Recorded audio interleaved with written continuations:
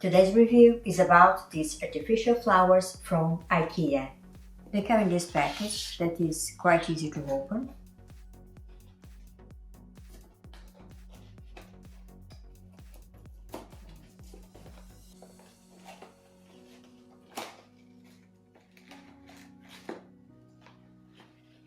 They look quite realistic with beautiful colors and a pleasant texture.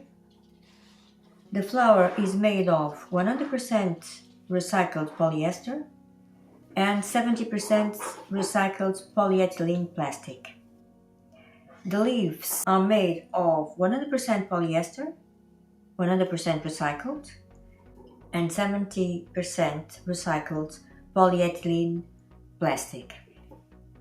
The inner vase is made of 50% polypropylene plastic, 50% recycled. The stem is made of 70% polyethylene plastic.